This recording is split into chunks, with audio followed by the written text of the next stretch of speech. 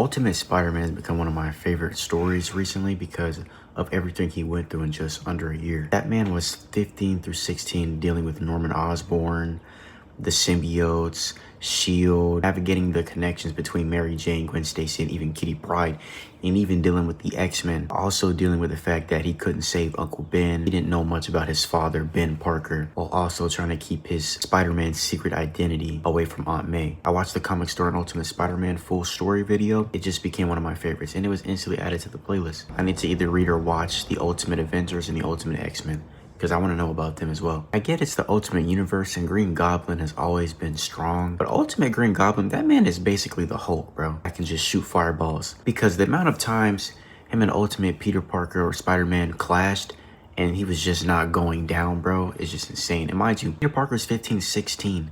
I get he still got bit by that spider, so he has super strength, but bro, he's still 15 fighting grown men supervillains.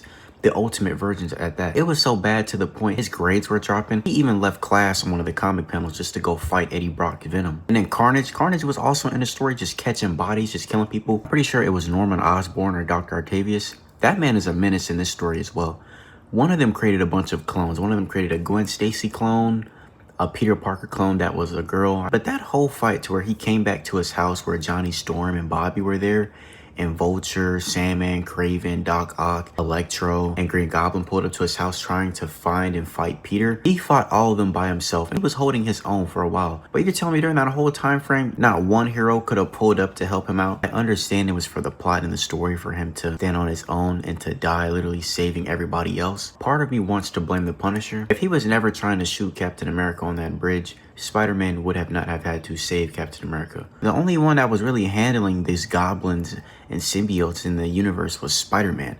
You're telling me the Ultimate Avengers and the X-Men couldn't do nothing, or even S.H.I.E.L.D. couldn't do nothing? Pretty sure they brought back Ultimate Spider-Man, but I'm not gonna lie to you, I think his death just completes it. But at the same time, I would want to see more of that version of Spider-Man. I want to read where he's brought back, but it picks up right back where he's a 15, 16-year-old and then continues on.